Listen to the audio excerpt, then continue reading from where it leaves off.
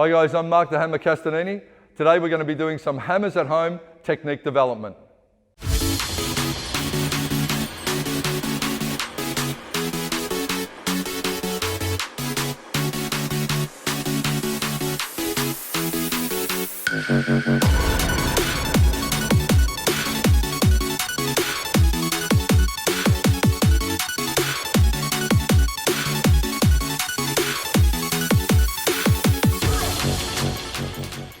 Hey guys, today I'm going to be helping you work out a little with your roundhouse kicks. Now obviously for the guys that have got gradings coming up or just want to perfect their technique, it's just important to get some of the finer details right.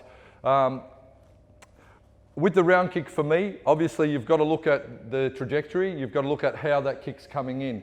You don't want to kick up because you're subject to kicking elbows and you're not going to get the full impact of hitting across the rib cage or across the bicep, tricep with that power that you're going to generate from your hip.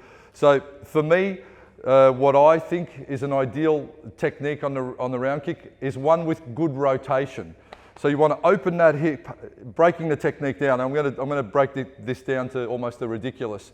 So you want that kick to rotate up, around and across, not up that way. It's not an up kick, it's a round kick.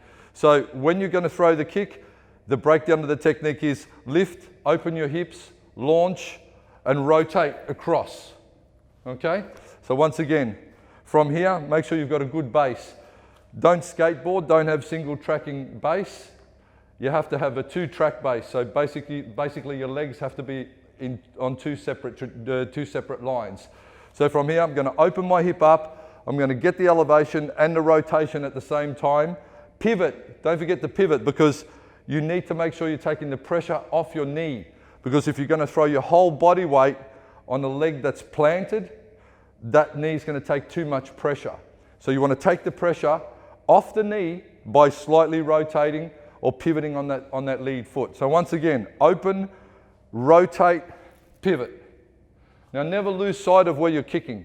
So I know, traditionally or some old school techniques, we'll throw the round kick and do a complete turn.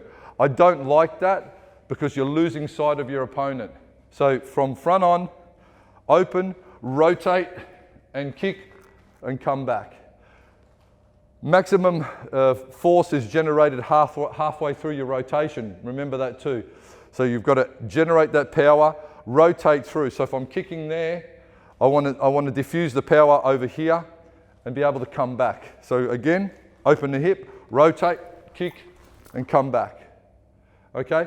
So in order to practice this at home, and for you guys that are obviously looking to grade and go to your next level in your training or in the standard, I'd like to get a chair, and I'll show you a little trick in just a moment on how to get that rotation right. So now I've got a chair.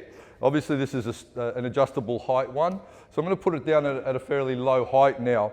I'm going to stand close to the chair, and the idea of having the chair there is to give me that rotation.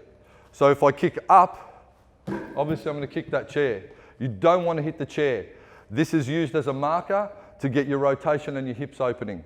Remember also when you round kick, don't step into your kick, because if I'm kicking there and I'm stepping there, I'm closing my hips off.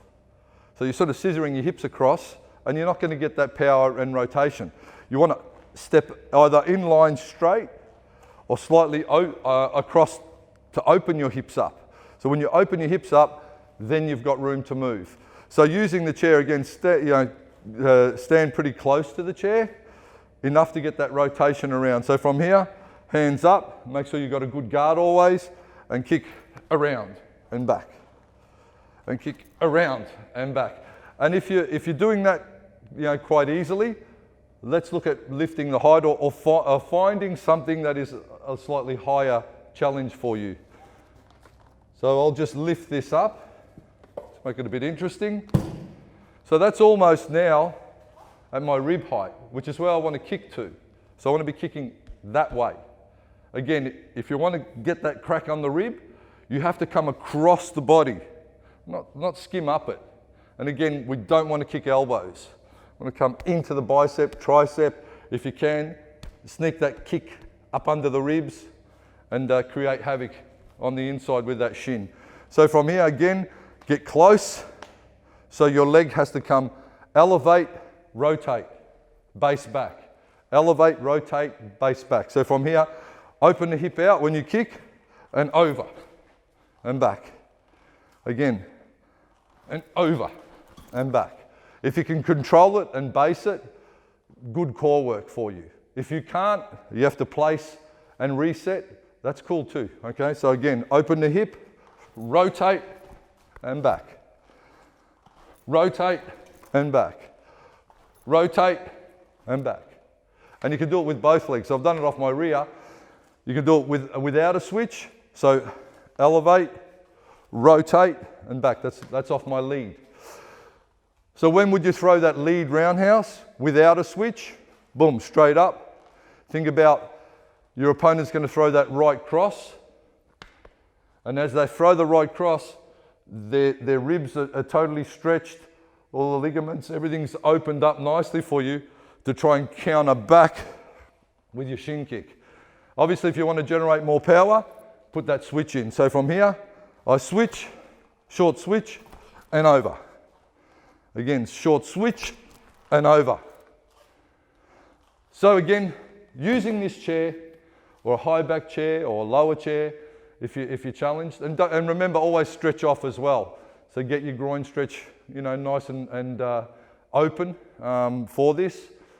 Challenge yourself with something that gives you pretty much a body width through, that makes you visualize that shin kick to the ribs.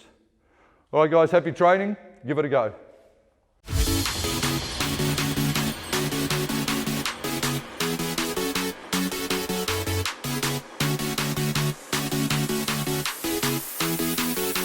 Mm-hmm.